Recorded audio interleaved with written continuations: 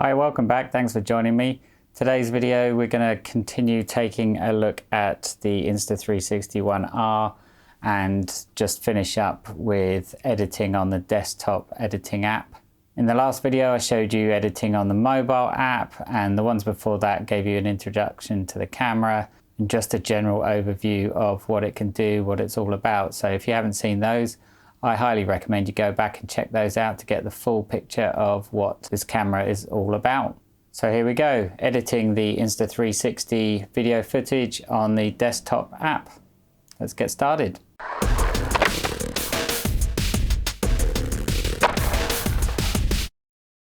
Okay, now we're going to use the desktop app. It's called Insta360 Studio, and we're going to do some editing how I would prefer to do it than on a mobile phone. It might become apparent, but you can just see what's going on, and clicking the mouse is just a lot easier for me than using my fingers on a tiny phone screen. So let's get started. The first thing that you want to do is import your media. So you can click on here and browse for it. This is a skate session from back in February 2020. So the 360 files that come off of the camera are suffixed with .insv. That's a file format that is specific to the Insta360 camera, and the reason they do this is so that you can manipulate the video after it's been recorded with extra features that you wouldn't be able to do with just a normal MP4 file. You can actually record in a normal MP4 format when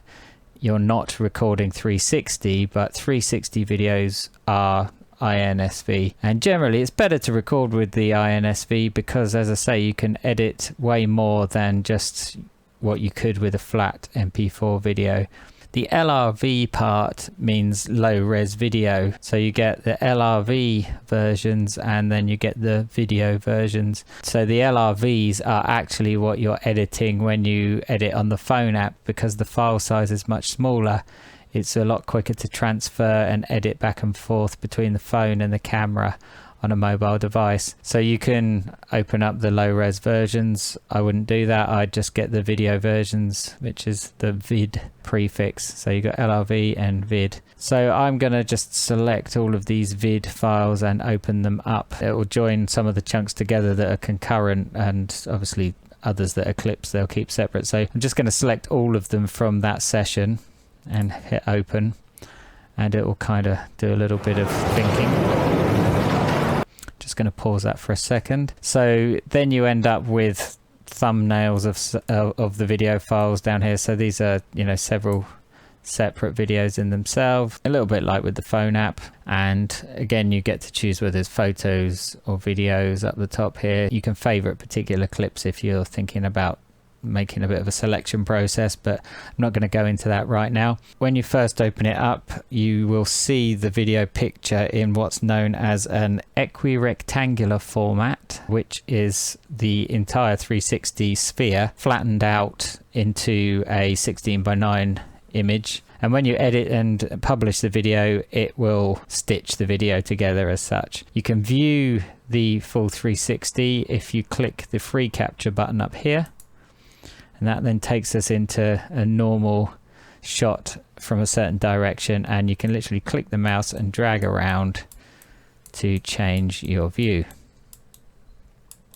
And that allows you to do the reframing as we were doing in the app. And you have tools down here that are the similar equivalents to what we had in the phone app. So we're going to view like this. Now, it might be that you want to export the 360 to upload directly to YouTube or Facebook to have them process and view the video as 360, and for the viewer on Facebook or YouTube to be able to click around like this. If that's what you do want to do, then you would leave it in the equirectangular, and then you would export this video. So you can use the handles here to adjust the start and end points of the video, and cut it and edit it roughly, and then you can export that cut in equirectangular format for viewing in a 360 viewer like Facebook 360 or YouTube 360. And you would just export by hitting this yellow button up on the top right here. I'll go into these other bits in a moment, but let's just go about editing just to show you how similar it is to the mobile app. So I'm going to bring the playhead back to the beginning. Going to click on the free capture so that I can look at what I want to look at. I think I'll start by showing you the DeepTrack that I showed you in the previous video with the mobile editing, just to show you how it tracks. Sometimes it's alright, sometimes it's not, but let's have a go with that and just see what it does. So this one here is the DeepTrack. If you hover over it, it says DeepTrack there. So I'm going to select that. Then you have to click around your target. So let's do me and see what happens. You can hit center target, and then that means that the camera will try and keep me center of frame the whole time, which is not a bad thing. So let's just see what happens.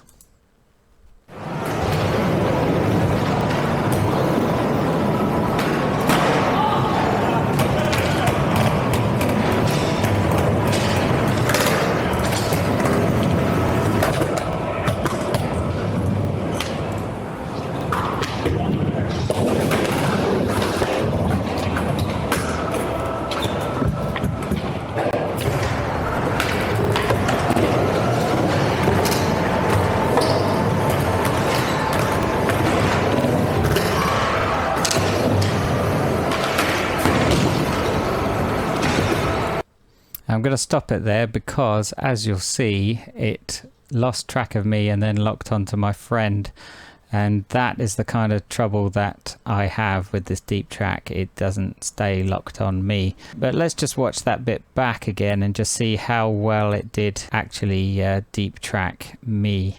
So let's just go back and play.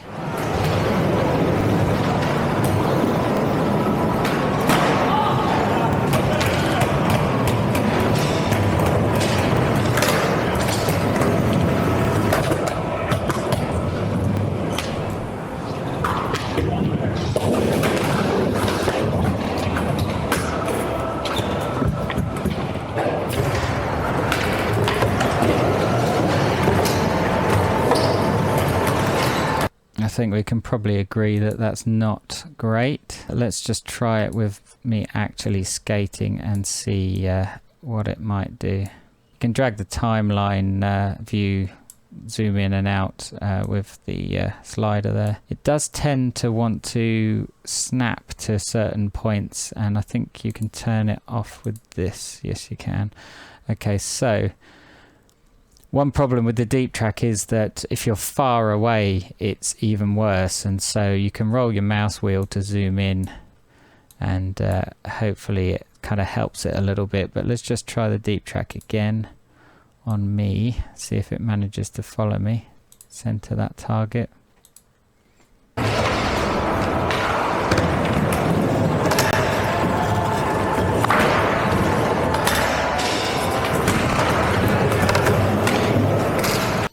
And again, it locked onto somebody else. So, as you can see, quite frustrating.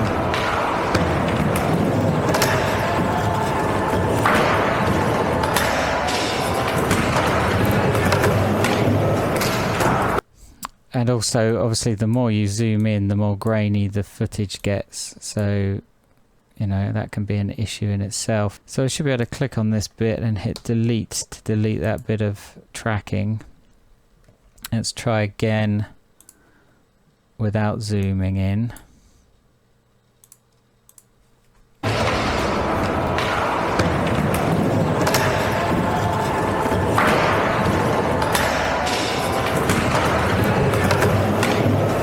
Seems quite persistent on following somebody that I don't want it to follow.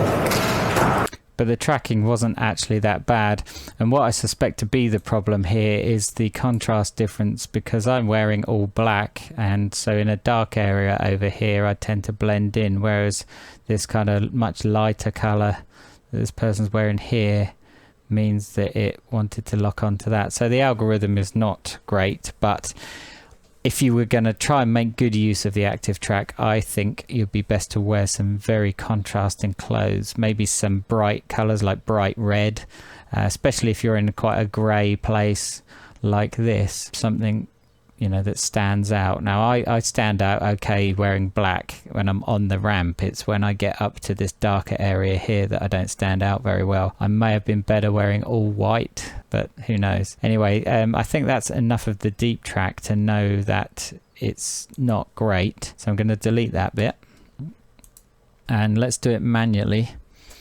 And the way that I tend to do this is basically the same as with the mobile phone app, where you create a keyframe, do what you want by dragging around, and then move along the timeline a bit, create another keyframe, etc, etc. So let's create a keyframe and then let's kind of straighten it up, center shot, and I think I'll zoom in a bit.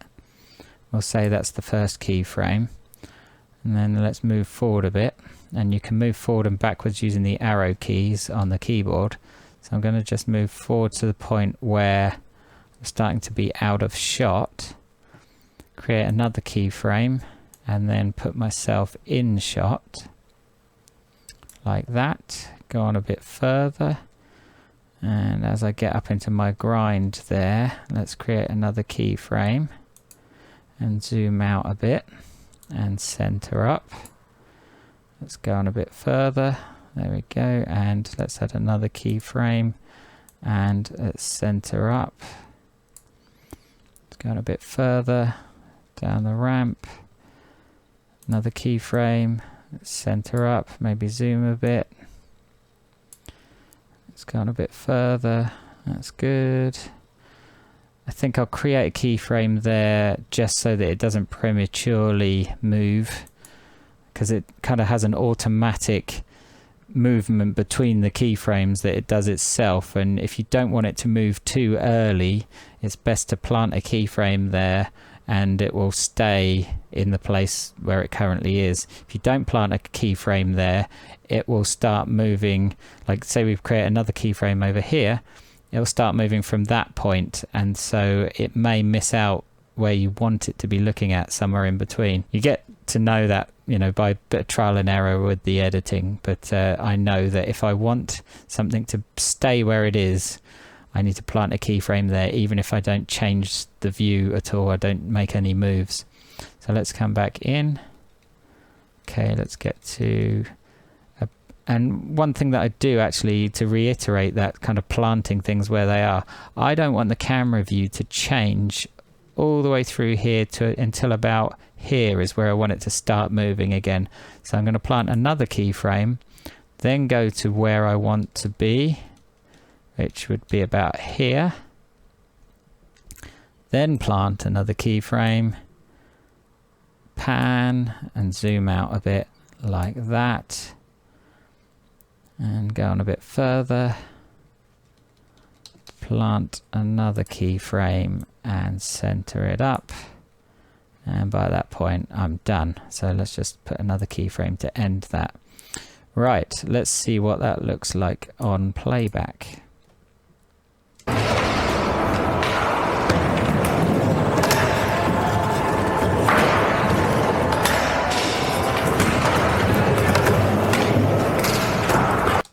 I think you'll agree that came out pretty well.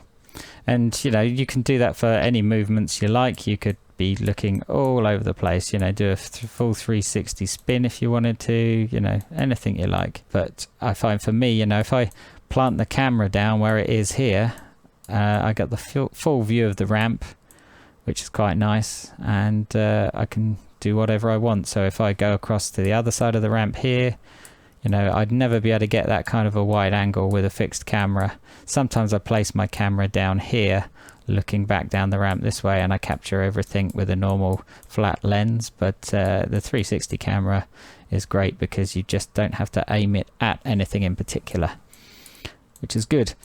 Now you may have noticed some slight graininess in the footage, and that is indicative of using a camera in low light. So at this period of time, I had just left the camera on auto, which is not ideal in low light because it just bumps the ISO right up and means that you get grainy footage.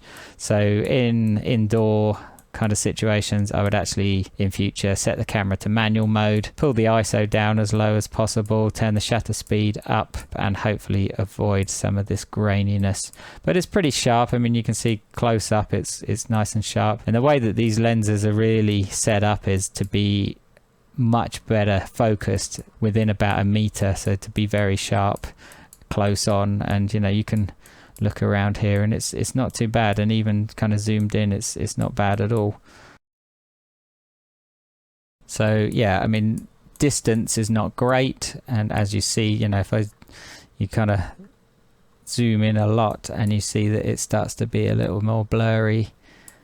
See the people up here, it's very blurry, so you have to be careful about zooming in. As I said in the first video, the 5.7K is incorporated or being taken up by the entire 360 space here, which is an awful lot of space for your pixels. And so generally your exported video, when it's flattened down to a reframe, is only going to really look good up to kind of 1080.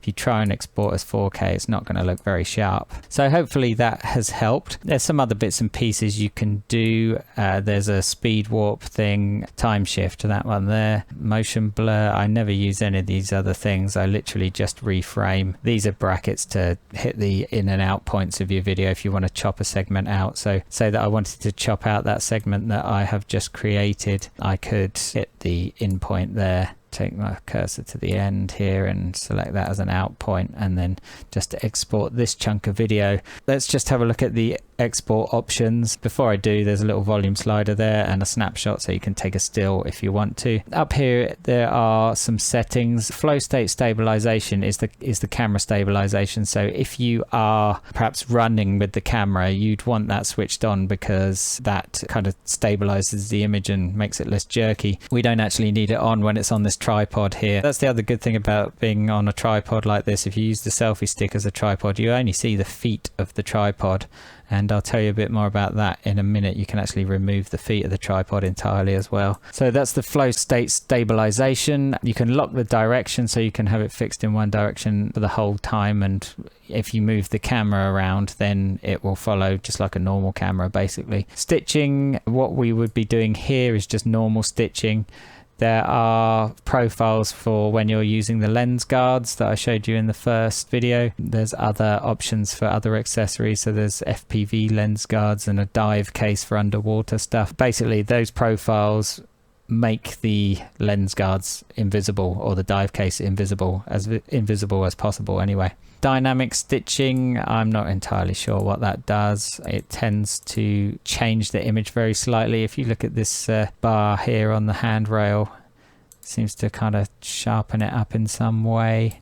Interesting. Maybe Insta360 can explain that. Not sure what chromatic calibration does either, but again, it tends to be to do with the stitching, and it might be the stitch line between the lenses. So that dead zone, you know, you can't really see a line between the lenses at the moment. I got a feeling that this kind of blurred area here is probably the stitch line. You can see it's really much darker here and much lighter here. That might be the difference between the two lenses and how much light is getting to the lens. And if you turn it off, yeah, look at the darkness here now.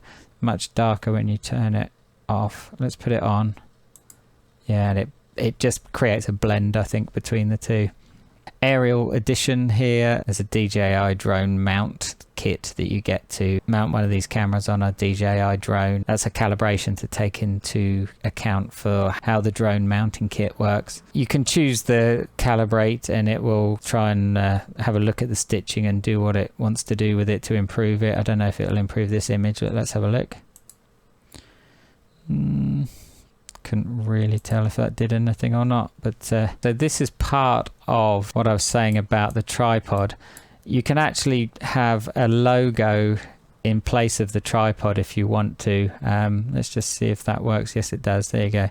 So you can create your own logo to put there instead. And actually what that's best for is if you add your own. What you can do is take a snapshot of this pattern or the floor or whatever as an image, a photographic image. I mean, I could take a snapshot of it now, but you can take a snapshot image and in Photoshop edit it so that you could paste it using this function. So you can add logo and paste that image and basically remove the tripod base. That's something that people do to make it completely invisible, but when you add a logo you can increase the size of it if you want to.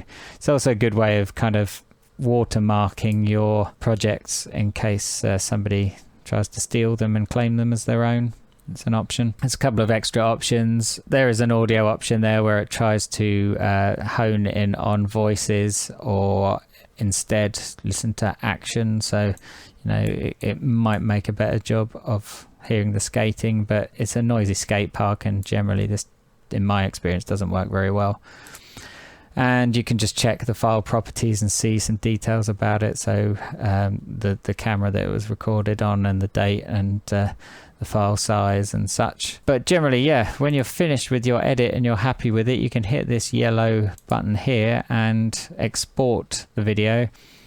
And as I said, a reframed video generally is best exported as 1080 with these cameras. Any higher and it will look a bit terrible. You can increase the bitrate to try and get as much quality out of it as possible. Set it as H.264, H.265 or ProRes 422. If you're going to be editing it any further or and not just uploading it to social media or keeping it, I would export as ProRes 422. It makes a massive file, but it's the highest quality image that could possibly export it out of here. So if you're going to do some things like removing grain or colorizing or sharpening or anything like that in a professional editor, ProRes 422 would be the way. Otherwise, you can use a delivery format like 264 or 265 to upload to Facebook or YouTube. Color Plus is color correction, so you can have it export. You don't get to preview it in real time, you can't see any difference, but it will export with a slightly colorized or more vivid image. The reason this looks fairly dull and flat is because I record in log, and log format is a way of recording as much color information as possible, but it doesn't display very nicely. It's meant for you colorizing after the fact. So I export as ProRes and then colorize in my editor. But if you left the color profile on normal or vivid, it would look a lot more colorful, but it's just not intended to be done manually. I prefer to do it manually.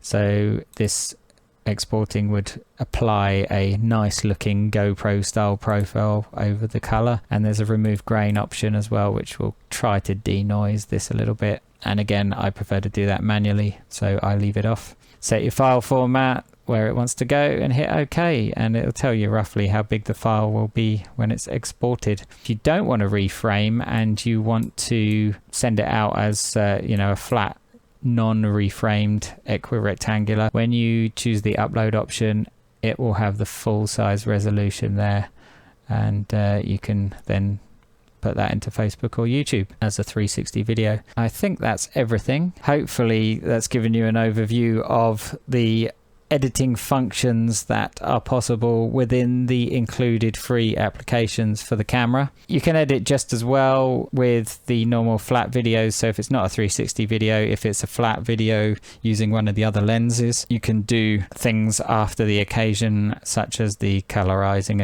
and removing of grain and such. But I thought I'd just show you the 360 editing for now. I hope you found that useful.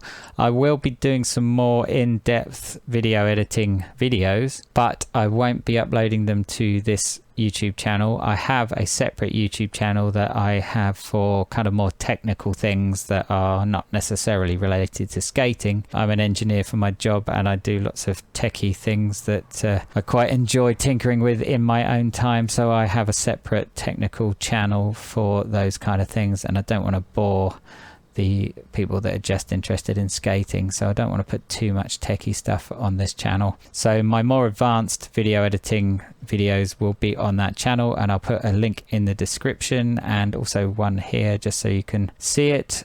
And I think that's everything. So thanks for bearing with me. I know it's taken a long time to complete this series, but it takes a little while to produce the videos. So I hope you enjoyed that. I hope you found it useful, and let me know what you think in the comments. By all means, ask me any questions, and go and check out my technical channel if you're interested in that kind of stuff.